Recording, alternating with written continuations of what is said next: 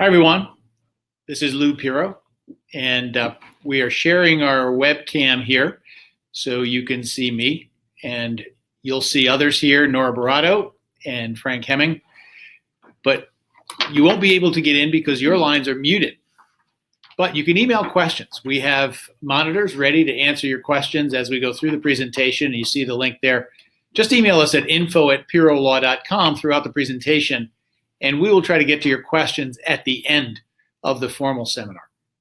So when we do end the webinar, you can link also to see if you want a free consultation, and you can sign up right here today. We'll get to that. And we also have resources available to you that you'll be able to request at the end of the seminar by clicking on a link. And when our program, Webinar Jam, is closed, we have a short survey that we'd like you to complete, letting us know how this webinar went and whether it fills your needs in terms of information on this. So with that, and without any further ado, that's me. I am an attorney, been practicing for 35 years. My firm is Pierro, Connor & Strauss. We're located here in Latham, New York, which is Albany, and also New York City, Long Island, Utica, Lake Placid, Massachusetts, New Jersey, and Florida. We practice in all of those areas. My real passion for this has grown over time from my parents, as many people have, and my dad asking me how to protect the family home that he built himself and that we lived in throughout my childhood and beyond. They stayed for over 60 years in that house. And also my mom, who had Alzheimer's, and I was the caregiver for her, working with all of the different resources and getting to know firsthand how difficult it is as a caregiver child dealing with all of those issues. And so we're going to focus tonight on a program that we have put together here at Pierro, Connor & Strauss that offers an integrated platform for solving problems as we age and as our loved ones age, as we're caregivers. With me tonight will be Nora Baratto, who has 35 years, amazing, Nora, 35 years each. I know. Doing this in care management, case management. She's worked in the hospital setting. She's worked in the care management setting. She started and ran one of the premier local care management agencies. And now she has joined as a consultant for Everhome Care Advisors, which you'll learn more about throughout this webinar. She also was a caregiver for her parents and for her brother. Also with us tonight, although he didn't get his photograph in the presentation, is Frank Hemming. And Frank is our attorney here at Pierro, Connor & Strauss, who files Medicaid applications and works day to day in the Medicaid system. And Frank is going to be talking to you about the Medicaid application process, eligibility, and how Medicaid works in New York State. So the question of why is this important? Why is it relevant? Some of you may already be caregivers. You may be in the seat of trying to provide care, find care, and importantly, pay for care for an aging loved one. You may be thinking about this for yourself. Whatever your role is, we all know that people are living longer. I called my aunt yesterday to wish her happy birthday. She was 96. So we'll be taking Aunt Nettie out to dinner on Saturday night as a family, something to celebrate when you reach 96. But it isn't uncommon anymore. It just isn't. And so if you live to be 65, what the statistics tell us is that you're going to live as a female another 24 years and as a male another 22. So on your 65th birthday, what are the chances that you're going to need long-term care at some point in your life? 70%. That's what the statistics show us. The cost of care, unfortunately, as we'll talk about, has grown unaffordable for most Americans. There are certainly many that can afford care, but the cost has just gotten to the point, especially in areas like New York, where it isn't affordable for most of us. And our programs, the social safety net programs that are designed to help in these situations, Medicare, Social Security, are in trouble. We heard just recently from the Medicare trustees that the Medicare Trust Fund is going to be insolvent, not 2029, which was originally projected, but they backed it up to 2026.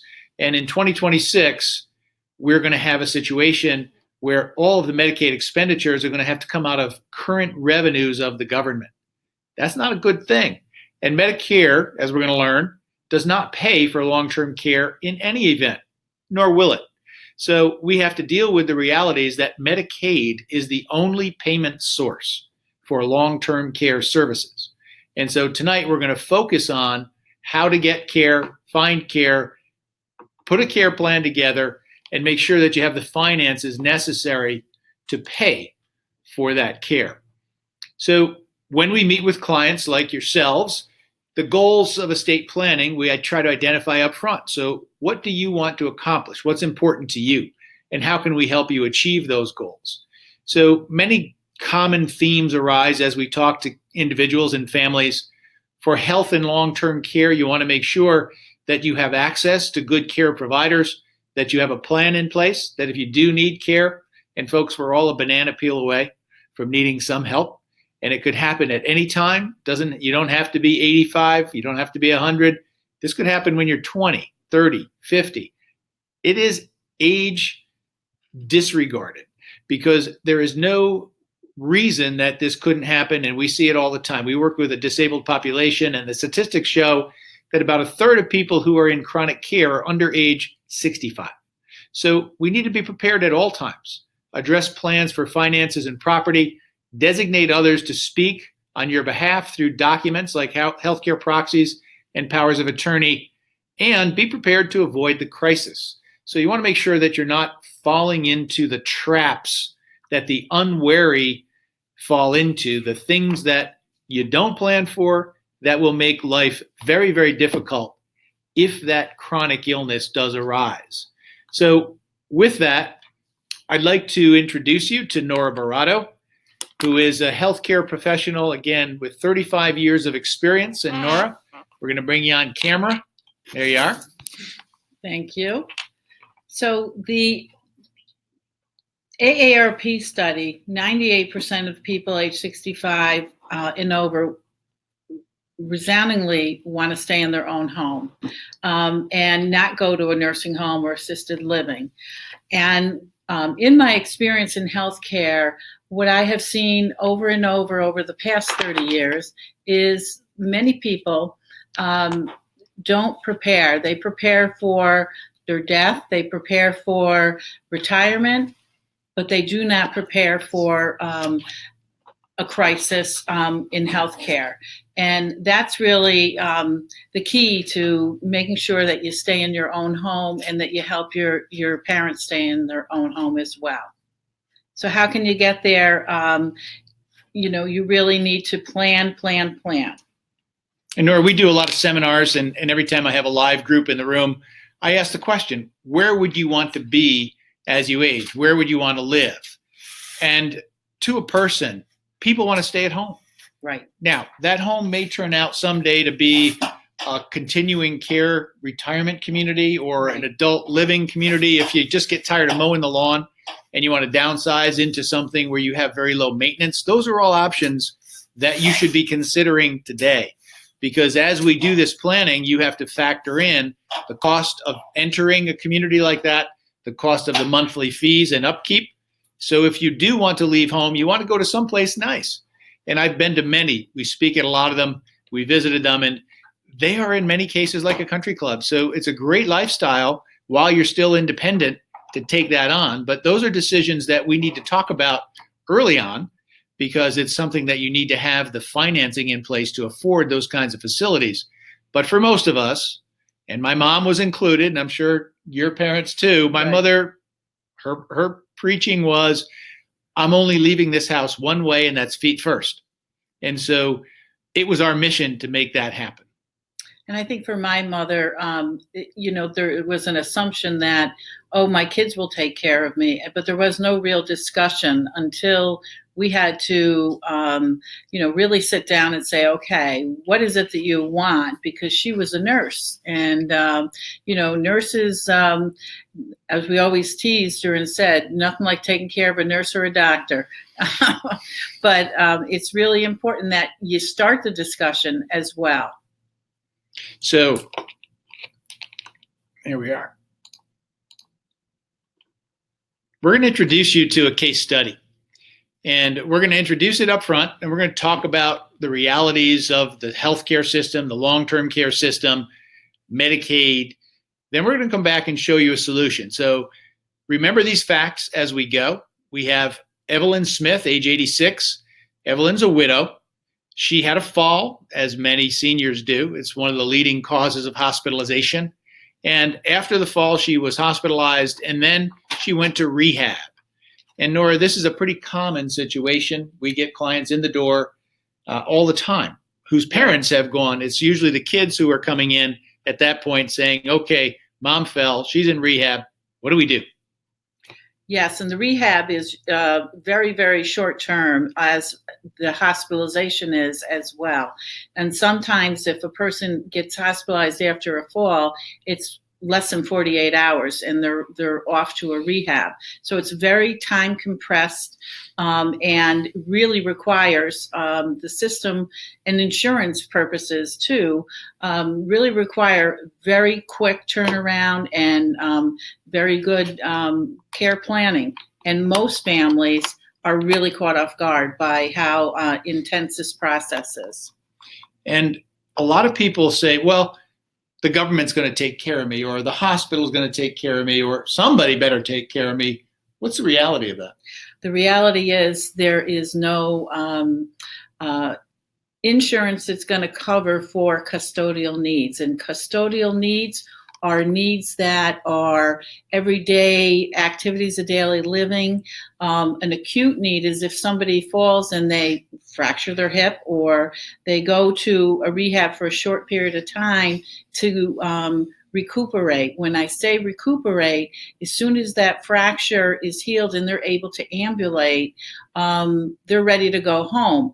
They still need assistance, but that assistance isn't always necessarily a skilled care that's covered under insurance. A lot of it is up to the caregiver to provide that supervision with meals, with assistance with laundry, supervision to make sure that they're able to get in and out of the bathtub or the shower.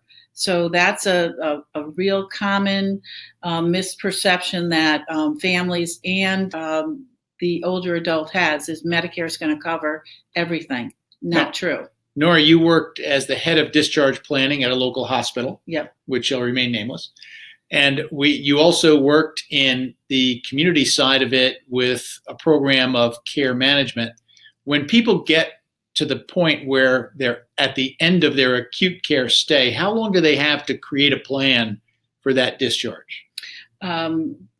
24 hours. It's gotten even, that's the pressure. As soon as the patient is medically stable in the hospital, they're ready to go. And you can't say, oh, well, I need to contact my brother and we need to come up with a plan, because that's when the insurance is no longer going to cover.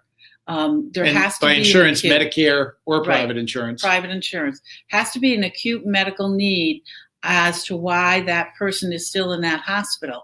It has to be medically necessary. And how much does it cost if you stay over beyond what's allowed under the acute care stay? Well, the average is about $1,800 to $2,400 a day, depending on what unit and what services are being provided. And you don't want to get hit with that bill. No. So in this case, Evelyn has some other history, and want to cover that, Nora? What we commonly see is, people have some mild memory loss. In this case, Evelyn does, has episodes of disorientation, a history of UTI infections, urinary tract infections, and there's a concern about possible mini strokes. Still recognizes family members and is verbal and able to participate in her plan of care. And it's been determined that she needs about 10 hours of personal care per day to discharge safely back home. Evelyn has 2 children, a son, Frank, who's a doctor in California. He does call mom on a weekly basis. Frank's of the opinion that they should just hire outside help and get people into the home to help mom out. He's also named as the executor in mom's will. She has a daughter, Beth. Beth is local. She checks on mom daily. She's very integral in mom's life. drives mom to the doctor, takes mom grocery shopping, tries to help with the bills. And Nora, when you're dealing with families in these situations, they come in all shapes and sizes and all family dynamics. But usually you have one or two kids who pick up the lion's share of the caregiving and others who kind of go along for the ride. Right, and there's usually a lot of disagreement and not, in a crisis that creates a time of different expectations and different ways of approaching a problem. And when it comes to, your mother, or your loved one, that's where the emotions kick in, and families are thrusted into that decision making, and it's very rapid fire. So there tends to be a lot of disagreements in that. Having that discussion ahead of time as to who's going to do what is really critical. So, the promise. And many children make this promise. Many parents demand this promise. But we promised mom she would never have to live in a nursing home. And I made that promise to my mom. And it's a lot of children's pledge. It's not an easy pledge to keep, Nora. Very difficult pledge to keep.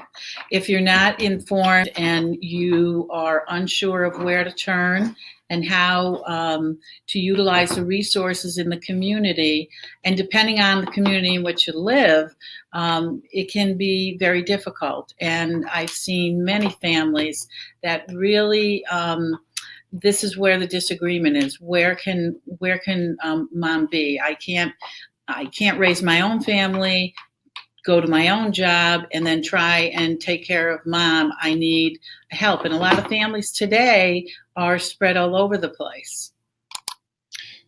So Evelyn is not without some resources. When you start this process, if you're in it now or you're beginning the process of planning, God forbid you're in the crisis now, but you may be, we have a questionnaire that we highly recommend be used to bring out and cull out all the information that is necessary to formulate an informed plan. And it's our long-term care questionnaire, which is available to you, and we'll tell you how to get it toward the end of the program. But it will bring us all the information we need as attorneys and as care managers to put a comprehensive plan together. We've synthesized this and simplified the assets so that Evelyn has a home worth $150,000, no mortgage, a brokerage account of $250,000. She has an IRA of $75,000 and savings and checking of $25,000. Now, Nora, a lot of times if it's the kids coming into us, they have no idea what mom has and no clue where the assets are. Right. And that is very overwhelming and very stressful for the children, not having any idea or even what bank they're going to, because it was something that just wasn't talked about. And that is happens much more frequently than people realize. And you spent about 25 years in the hospital setting? Yes. And 25 years in a hospital will drive you crazy. Yeah. So I don't know how you made it. But in the hospital, one of the things that we used to talk about a lot was how to get that information when people are coming in so that they can start preparing for this discharge process. And it just doesn't happen very often. But what does happen sometimes is you'll actually have a Medicaid caseworker going into the hospital room and taking information while you're in the hospital when you've been there a day or two, because they know you're going to be discharged in just a few days. And they want to get all that information first. So you should really be prepared and have this planning done in advance. Right. And it's information that typically you don't have at the bedside in the hospital bed. And that is, many people don't even know healthcare proxy power of attorney. They confuse that a lot of times with, I have an executor of my will. Yeah. So those are critical financial documents that really need to be put together ahead of time. And we're going to talk a little bit more about those in just a bit. Evelyn also has income. She has Social Security of $1,345 a month and a pension of $1,000 a month. And those are important numbers. She lives on that $2,345 And in order to live in the community, she has to have access to that income. Here are the legal documents. She does have a will, and she has her son appointed as the executor. She did do a healthcare proxy. I think she did it on the way into the hospital. They usually give you the form. My position is it's not the time to be thinking about that when you're wheeling down the hallway on a gurney. But Evelyn has no power of attorney. She's not done a trust, and she does not own long-term care insurance, something we recommend strongly that people consider. But again, you have to get the insurance when you're young enough, healthy enough, and can afford the premium in order to have coverage to cover this type of long-term chronic illness. Mm-hmm. So let's take a step back and remember those facts. We're going to come back to Evelyn's case and figure out how we can do a plan and create a plan for Evelyn and her family that will allow her to be at home, preserve her income, protect her assets, and have them available for her throughout her lifetime.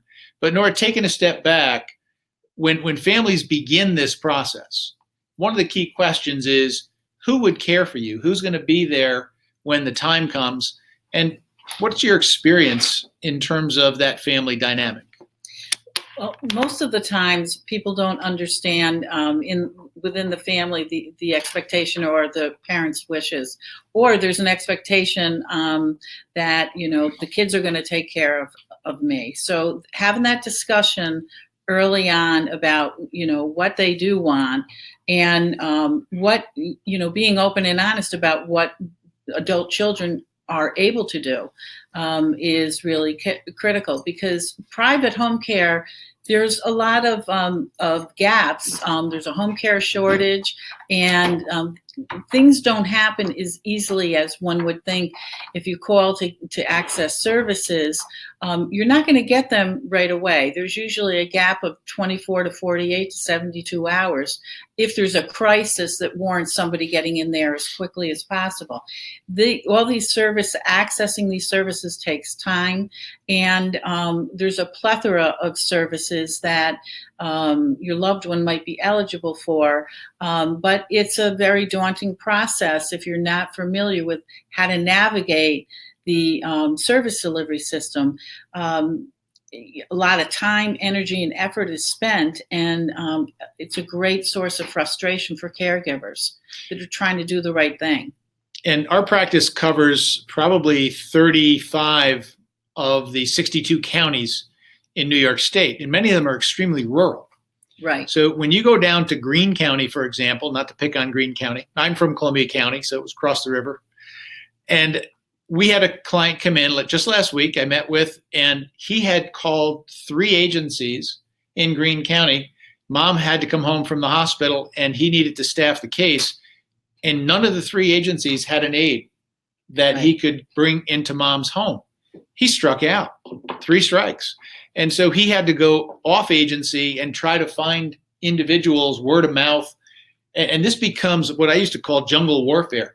Just trying to find quality people that you trust to come into the home, because it's a very sensitive task to be in the home with your parent and your aging loved one, or yourself if you're the person in need, and to trust that person enough to be a caregiver in the home. There are a lot of barriers to people even psychologically accepting that.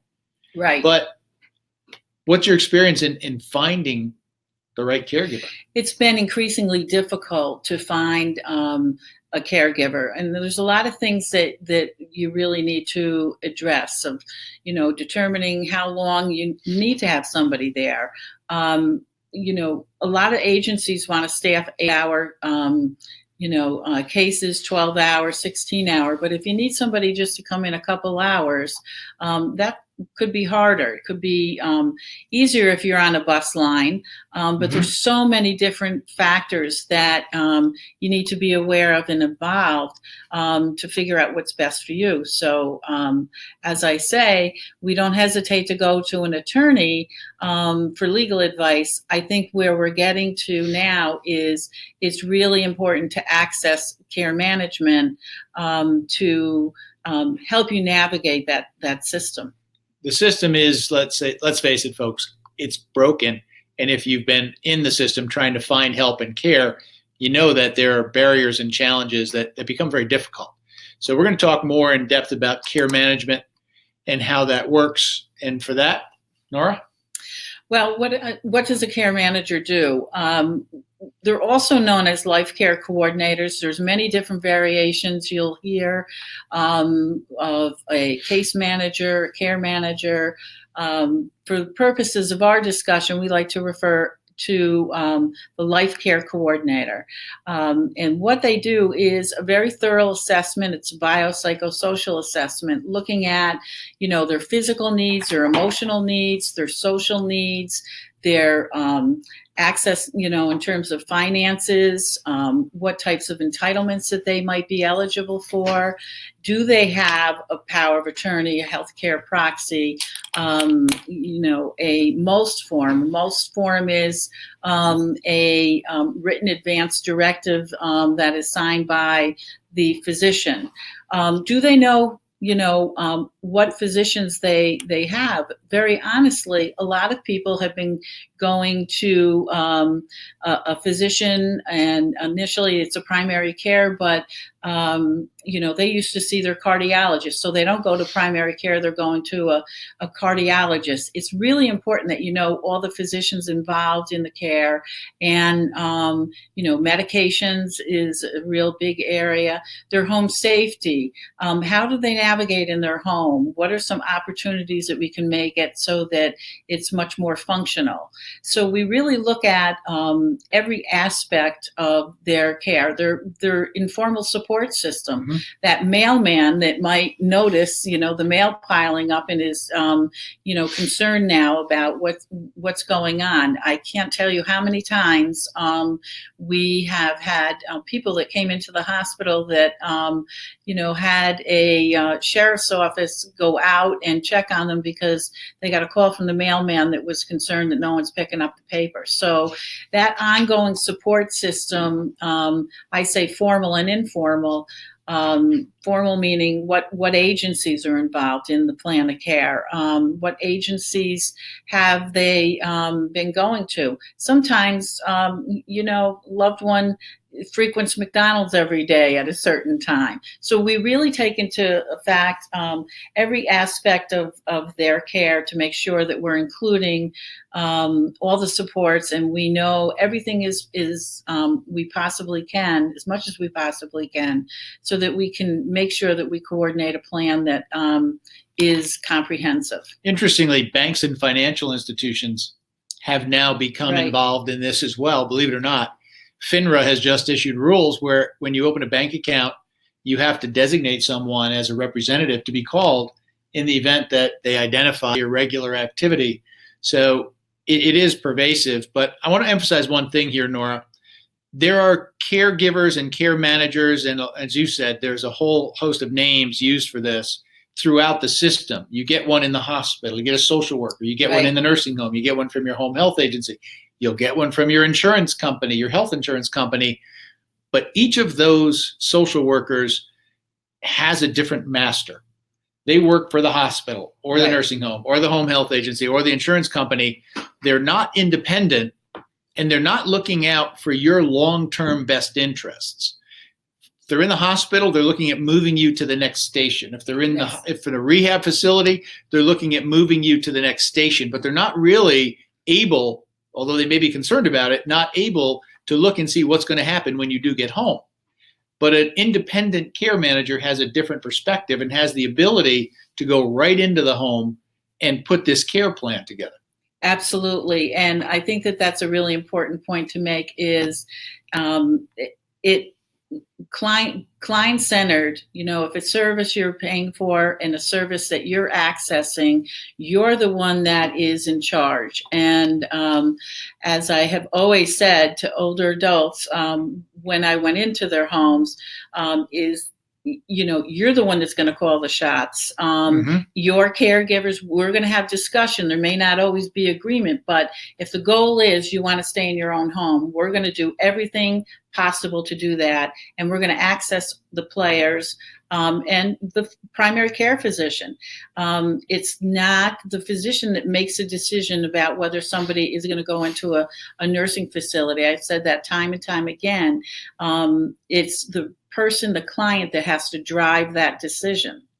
And the rest are using the supports around you to make that plan happen. So, the process. The process, as I mentioned earlier, we want to make sure that we're doing a comprehensive assessment of, all aspects of that individual client's life to make sure that there's nothing that we're missing in terms of their physical functioning, emotional, psychosocial, the financial piece. That's where we work very closely with the legal community to make sure that we have the legal pieces available and we can make sure the plan is financed. And you don't have to go far for that. No. And then the next thing we do is, after the discussion of that care plan and what that individual client needs, what the family realistically can provide, and what are the services and how we're going to pay for it, we implement a plan. And that plan is based on, what can be provided under Medicaid. There's also Medicare. If we can access Medicare for some parts of the care plan, for even if it's for a short period of time, we'll do that. The other thing is, sometimes there's community programs that a loved one might be eligible for. That's a transitional service. I say sometimes transportation for the local senior is available. We will access that and implement that in the plan of care. And then what we'll also do is provide the assistance going to medical appointments. I think one thing that we see over and over again is there's such so many people involved in that, in the communication among all the different care providers, and that is really a key thing. That kind of, if you're not on top of that and you're not being clear with who's involved in your plan of care, you can kind of get lost in the shuffle. So that coordination among the medical people involved in the care and the supervision and ongoing communication with home care providers. And there's also technology now that can be used in the home that can really help, I think, save on the cost of care. For example, I'm sure that people are familiar with the Lifeline. That was an emergency response system, which really has kind of gone out of the way now, because most people have their cell phone and the technology of sensors that can be used to detect if there's not any movement in the home, that something might be amiss. There are a couple quick points. When I did this with my mom as the caregiver, and she had Alzheimer's, it was 15 years ago, so none of this technology existed. No. But I used a geriatric care manager by the name of Joe Jackson, and Joe was my care manager. And prior to hiring Joe and finding Joe, and I learned the world of care management at that point in time, I had made phone calls, and I call it the eternal loop, because I called up and I called a friend. I'm in the business. I'm an elder law attorney. And I called a friend who was in healthcare, and said, who should I call to try to find help for my mom in her home? And I called that number. And that number, I had a nice conversation. They were very pleasant. And they said, well, we can't help you, but here's another number that you can call. So I went through the various state agencies, county agencies, private agencies, and I called 6 different phone numbers. And in the 6th phone call, they said, well, we really can't help in this case, but here's another number that you can call. And it happened to be the first phone number that I called. So I completed a loop of 7 phone numbers, 7 phone calls with absolutely no help. Implementing the plan was the key. My care manager actually put an ad in the newspaper because none of the agencies could staff the case that I had called. He got 30 resumes from what I looked at, half of them were very highly qualified caregivers. He did the initial screening. And we have a company that does background checks. He did the background checks. I did the final interview with my sister. We hired 2 caregivers for my mom, and they were my mom's caregivers for 3 years. Right. Each in her home. And they became part of the family because of their connection to my mom.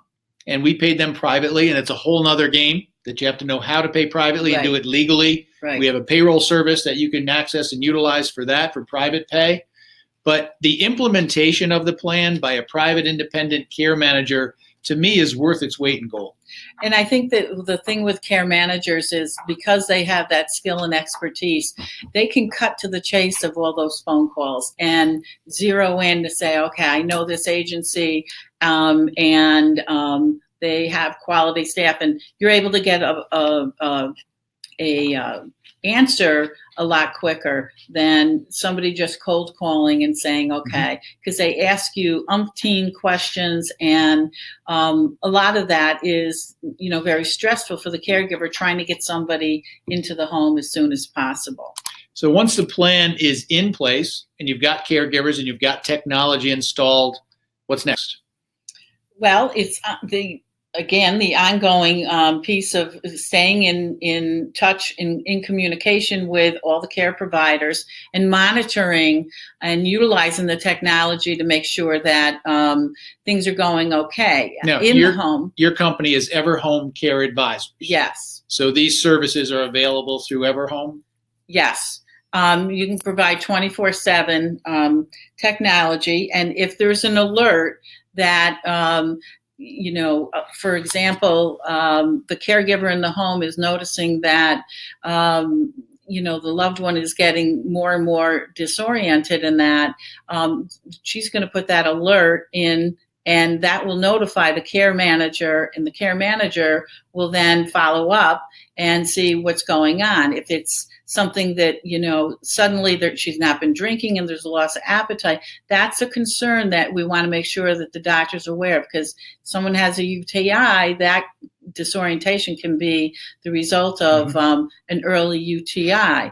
Again, what we want to do is make sure that we're keeping people in their own home, not adding to a crisis in trying to get them, the problem taken care of instead of sending them out to the emergency room, because then that is a whole other overwhelming process for an older adult. So there's that monitoring. The other kind of monitoring is sensor alerts. If you know that mom always gets up at a certain time and the caregiver is not there yet, and you're seeing a sensor alert that there's no movement in the house, that's cause for concern. So the technology also alerts the caregiver, meaning, family members as well, that there might be something amiss in the home. So that's something that we continue to monitor, as well as family members. And these technologies are very new, and they're coming online more and more frequently with new, different technologies. You mentioned Lifeline. That has been around for a long time. Right. But these new technologies are so incredibly sophisticated. They're using artificial intelligence to program them and learn about the individual as the care is being provided. So this is a really exciting part of it, and it communicates back to the family. So anybody in the chain of command that wants to keep track of things that are going on, that technology actually also provides alerts if there is any change in condition. Right. So all interesting and great stuff. Now we get over to that life care coordinator saying, okay, you have a will, you have a healthcare proxy, but you're missing key documents here. Right. You need to have a power of attorney. You need to look at planning, trust planning, perhaps Medicaid planning. So Nora, you integrate with elder law attorneys, and one of them is us and our firm. Right. But talk about the need for that planning. And a lot of times medicine thinks that having an elder law attorney is a bad thing. There's a negative connotation to it. But really it's necessary. Right, and there is that rub of oh well, you got an elder law attorney, because really in the hospital setting, if there's a crisis, you don't want to have times of being slowed down by doing all this documentation and all this planning. That's why healthcare proxy, power of attorney, those are the two quickest documents that really you need to have in place. So, and those people need to know that they have been delegated as the healthcare proxy power of attorney. I can't tell you how many times that the family members never knew that was their wish.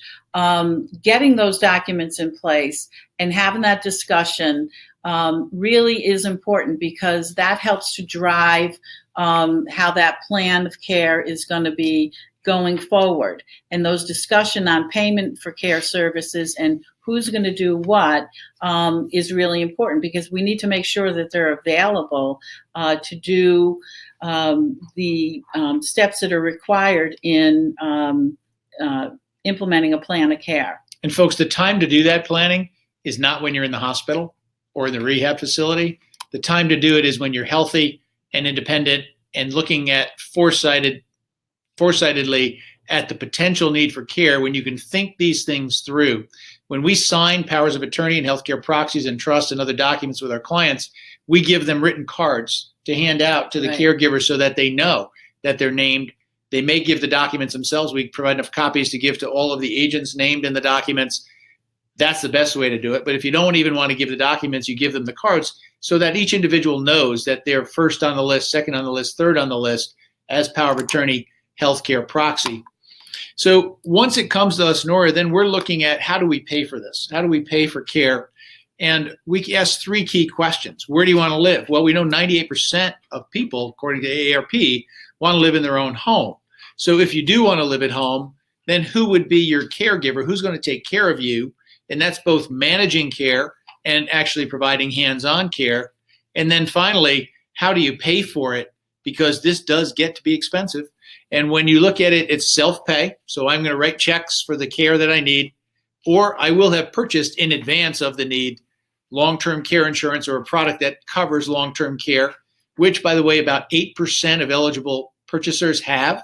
So 92% are uninsured. About 2% actually have the coverage. So if you have long-term care insurance, you're ahead of the curve. And then finally, Medicaid, which we're going to get into in some depth.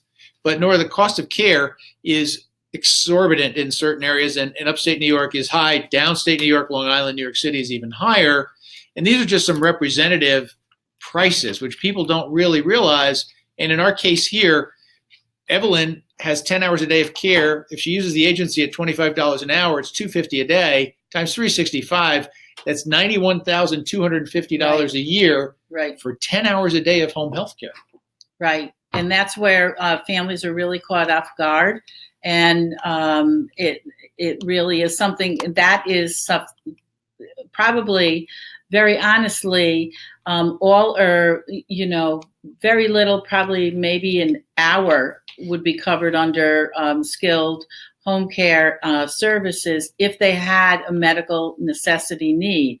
The problem is sometimes there's not the availability. So it's very, very restricted. So Medicare, does it cover long-term care? No. It doesn't provide any meaningful support for people who have chronic illnesses, who need custodial care, or even if they need skilled care, it doesn't provide enough. AARP did a survey locally with Siena College, which showed that 90% of seniors, 90%, believed Medicare would cover their long-term care. So 10% were informed. Hopefully you tonight will be informed. Medicare is not a player here. Medicaid is the only game in town. And for this, we're going to turn over now to my associate, Frank Hemming. And that is not Frank, but that is Frank's office. A picture of Frank's office here at Pierro, Connor & Strauss. And Frank does Medicaid applications on a day-to-day basis. So he works with families as they are putting this together, files the application, follows through on the application. And for that, I'm going to turn it over to you, Frank, to fill our listeners in on the realities of Medicaid. Sure. So let's go through this a little bit. I still don't know why you don't have me sit in for that picture. So we have to superimpose it. Yeah, that's fine. So New York State Medicaid, so we're talking about qualifying first because everyone has to meet certain eligibility requirements to even get Medicaid. That's our job here as attorneys to make sure that you qualify. So whenever you're qualifying for Medicaid, we always have to talk about income as one piece and assets as another piece. There's always two pieces to all of this. So income is different than assets. So to qualify for Medicaid, you have to meet certain income and asset rules, or the better route that we always tell people is you can create trusts by going to elder law attorneys like us, and we make you look like you're poor without you actually being poor. The other thing to mention now is that whenever we're talking Medicaid, there's different applications. So there's a home care application and there's a nursing home application. Now, most people don't know that there are different rules for each one. So in the home care aspect, it gives us a lot more flexibility to plan versus that comes into play when you're in a nursing home. So the biggest thing, one of the biggest take-home things to bring home tonight is to know that there's no look-back period for home care. So all the planning that we talk about today, we have the flexibility to do whatever we need to do pretty much immediately to get you eligible for home care with no penalty periods. However, if we do have to plan for a nursing home stay, if for whatever reason home care doesn't work out for you, then we do have to take the 5-year look back into play. And there's always a plan available. So that would require you coming back to us to talk about what options you have at that time. So let's go forward a little bit here. So let's talk a little numbers. I feel more like an accountant than an attorney on a daily basis. I deal with numbers all the time. So if we're talking about income, so remember Evelyn, she had her Social Security and her pension for income purposes to qualify for home care. The most money she can have in her name without doing anything else as one individual is $862 a month. If Evelyn had a spouse that also required Medicaid home care, then you don't get to double that number because that makes too much sense. Instead, you get $1,253 a month of monthly income, but combined between the two spouses. That number, the $3,090 that's on your screen in front of you now, that's something called the minimum monthly maintenance needs allowance, which is a very complicated. Easy for you to say. Yeah, I've practiced a few times. So what that number is that's actually the amount of income that what's called a community spouse could keep if they had a spouse in a nursing home. So one of the strange things that probably might be jumping out to you right now is that Medicaid actually kind of incentivizes a spouse to put their other spouse in a nursing home because they can keep more income. We can always craft a plan to pretty much save as much income as possible. So that's why you always want to consult an elder law attorney if you have a Medicaid issue going forward, because clearly this makes this should be clear of why you need counsel to talk to you about these kind of things. Resources we also have to talk about. So resources, that's another way of saying assets. So Evelyn, in this case, what we're talking about now, she is an individual to qualify for Medicaid at the most can have $15,150 to her name or less. Again, if there's two people at home looking for services, they can have $22,200. Again, you don't double the $15,000. And what's called, but that last number, that $74,820 number, that's the community spouse resource allowance. So that's if, let's say, mom's at home, dad's in the nursing home, mom can safely shelter about $75,000 in assets. So we always say, warning, whenever you're talking about planning for all of this, you want to ideally do it 5 years in advance of when you're in need of a nursing home. So just like Lou was saying a few minutes ago, the best time to plan is when you're healthy, when you're home, when you have your wits about you, when you know what you want, when you can express your wishes, you can sign documents and do your own planning. If you don't, typically there's always another avenue to take, and there's always a plan to save as much as possible. So again, that's why, regardless of where you are in the process, you want to come in to talk to me, talk to Lou, talk to Aaron, talk to the attorneys here. All right, so for her to get home care, she has a 2-trust plan. So we have to do an asset trust and an income trust. The asset trust, something we call a MAPT, or a Medicaid Asset Protection Trust, we use to take all the assets above the $15,000 she's allowed to have, and they go into that new irrevocable Medicaid Asset Protection Trust. It basically serves as a holding tank to hold all of Evelyn's excess resources, where they can be accessed as long as it's done properly, and they get off the table for Medicaid. The other great thing is it starts the 5-year clock ticking on it to protect it ultimately against the nursing home. So when we say you need to do this 5 years in advance, that's why we say that. There's also on your screen something called a pooled trust. That's an income trust. We establish it to basically protect your income above the $862 monthly allowance that everyone's allowed to keep. There's some caveats that come with that trust. If we have time, we'll go into that. But it's the best way to keep all of your income for your use when you're on Medicaid. So Frank, you mentioned earlier that you have an option. Yes. You can either spend all of your assets down and have that $15,000 and then qualify for Medicaid, or you can do some planning and you can qualify for Medicaid and keep the assets and the income. And it really boils down to that. You can either be poor or you can look poor. Most people choose to look poor, not be poor. Well, the people that do this in advance and have the opportunity to plan use something called the Medicaid Asset Protection Trust. And this is a trust that we've been using in our practice for 25 years. And it's been since 1993, over 93, brought in the use of this particular trust. And it has been tried and true for that period of time. Typically, you have an irrevocable trust. That scares some people. People are afraid of irrevocable in that word. But as we're going to find out, it isn't as irrevocable as it may seem. So you choose someone as trustee, and typically it's one of your children or more. Doesn't have to be a child. Could be a trusted advisor. Could be a friend, other family member.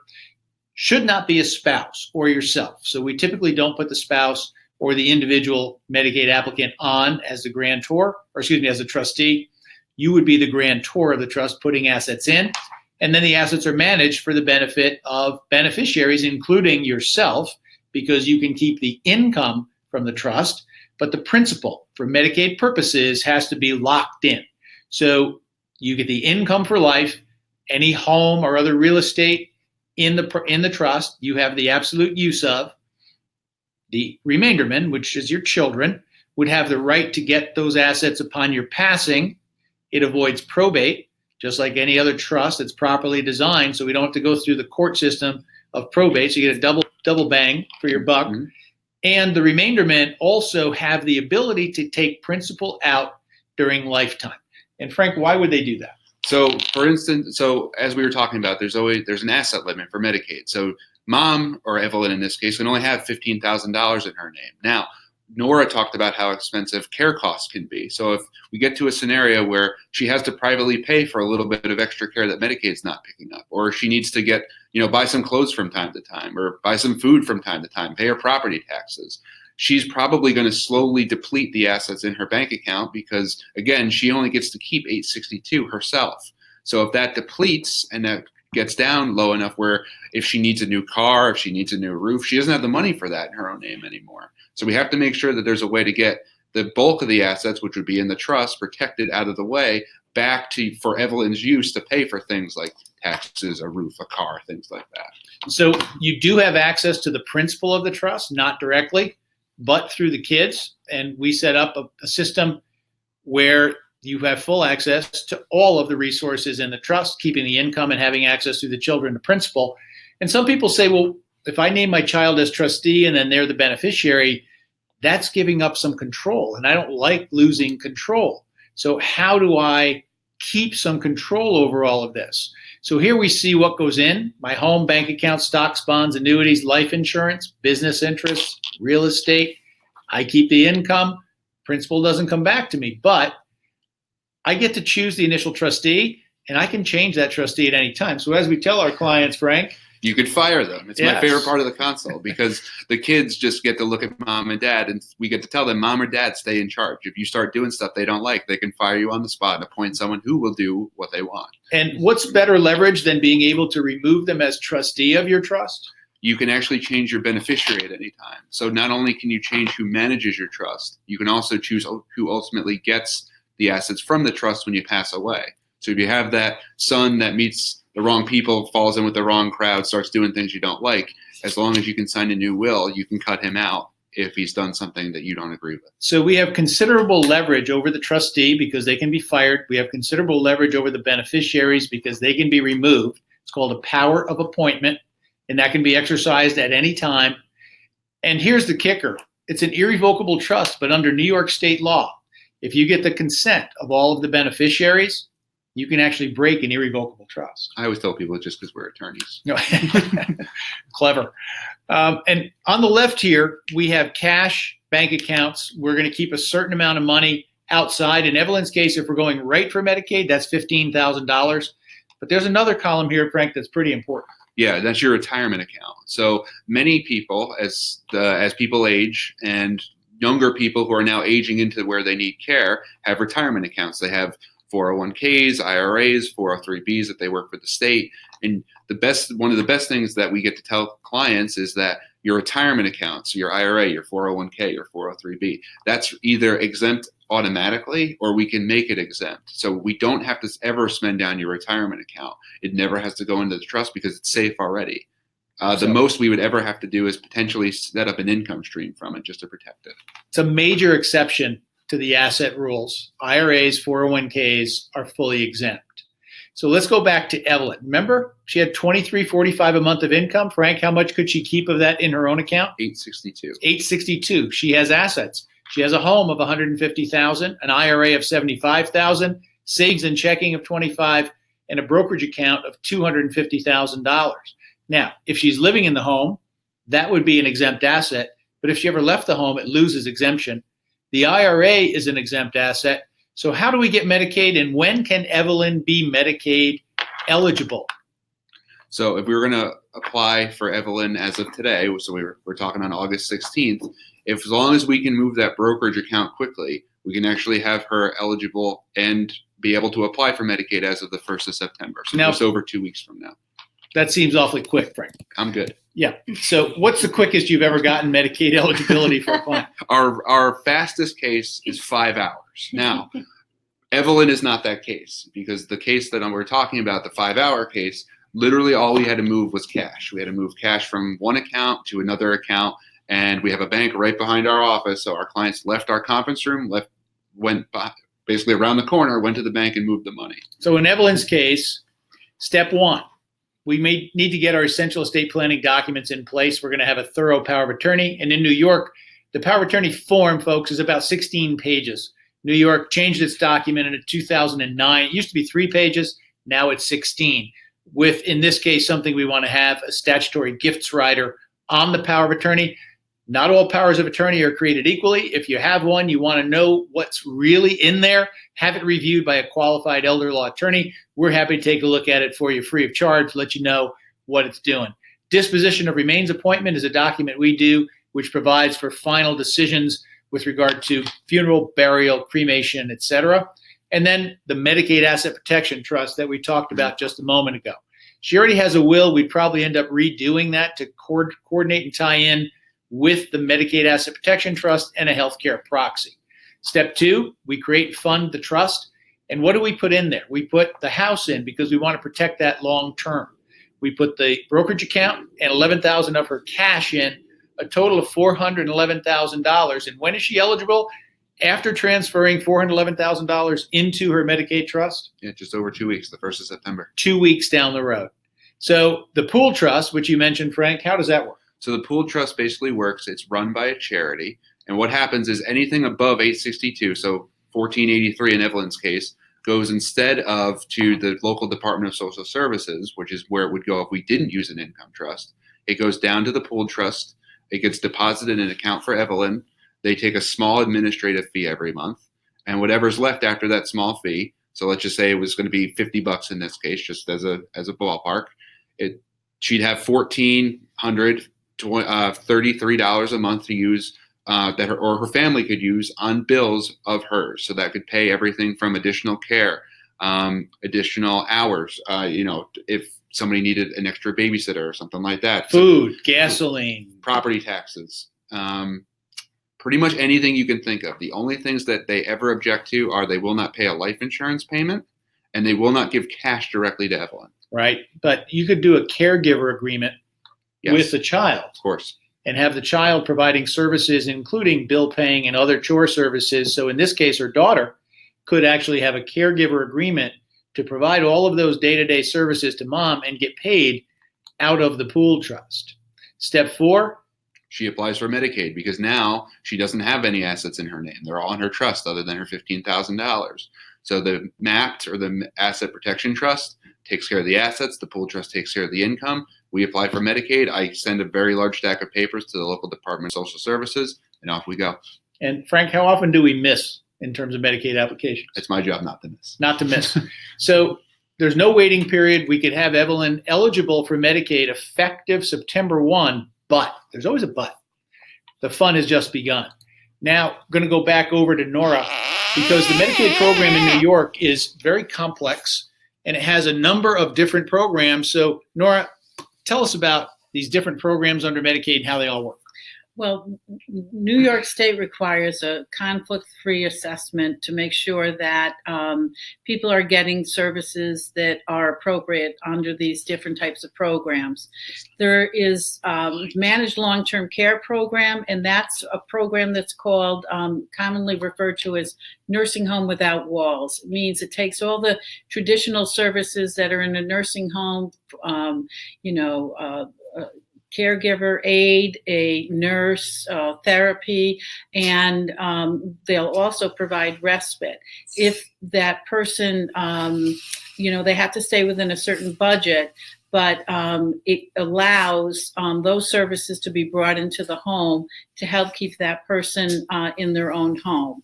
The Consumer Directed Assistance Program is a program where you can choose your care provider.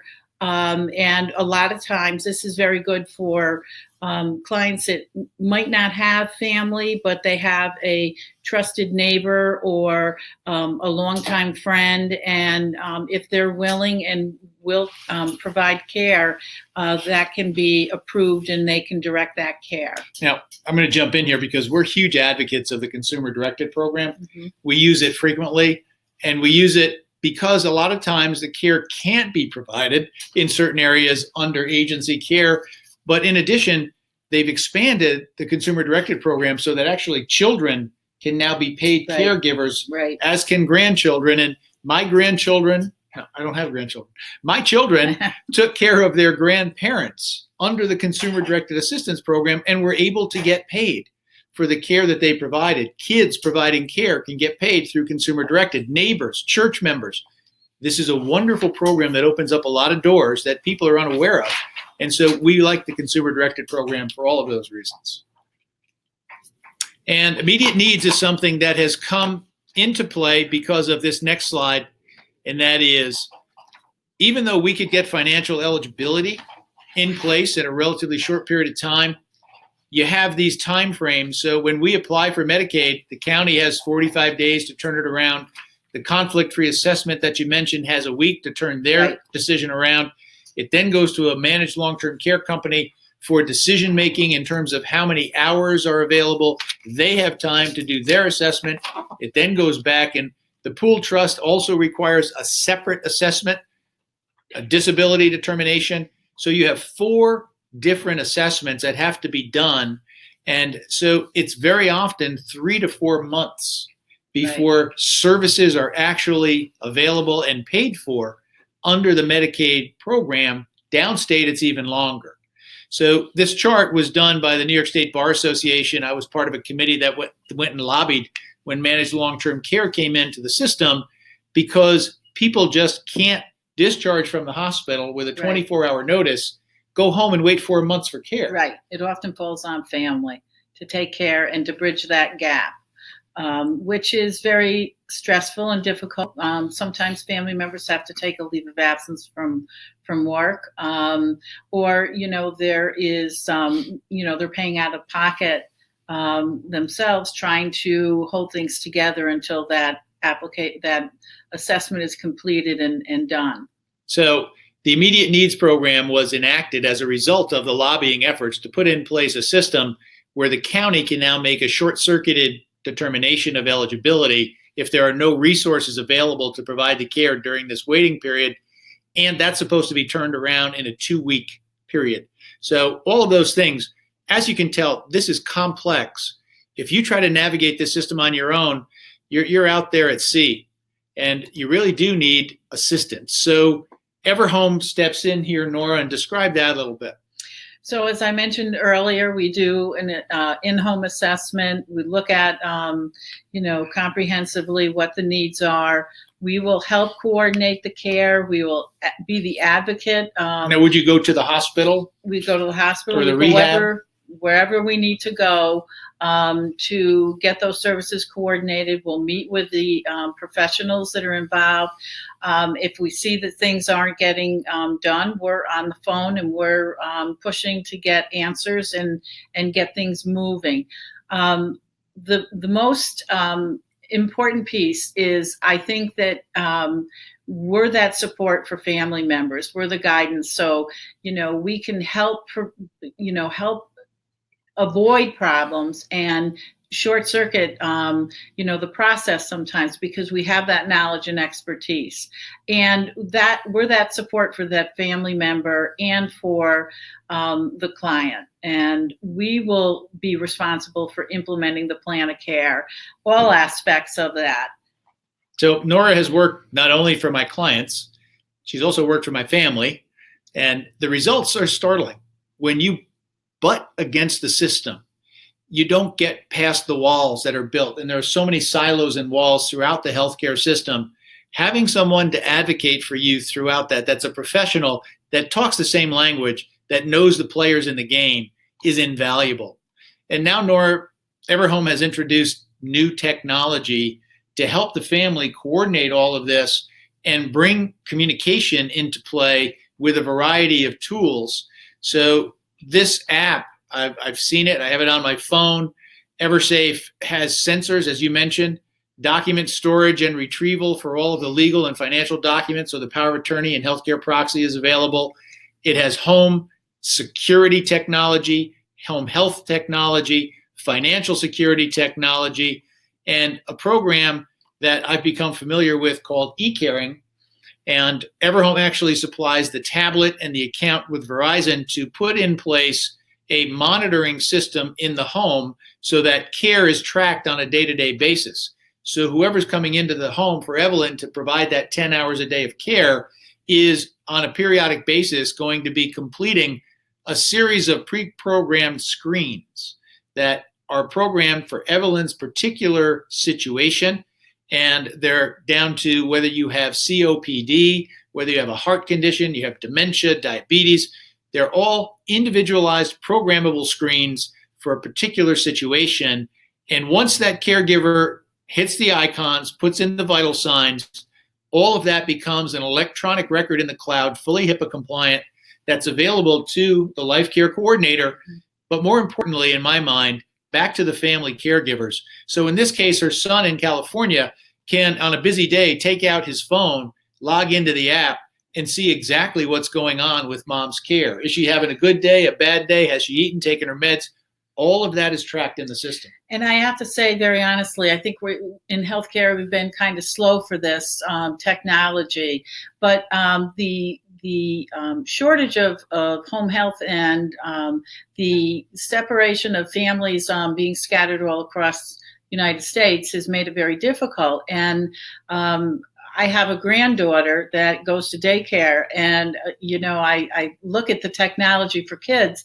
At any time, my daughter can pull in and get in and see what her day is at with daycare. With the this is what's been done. It's instantaneous now.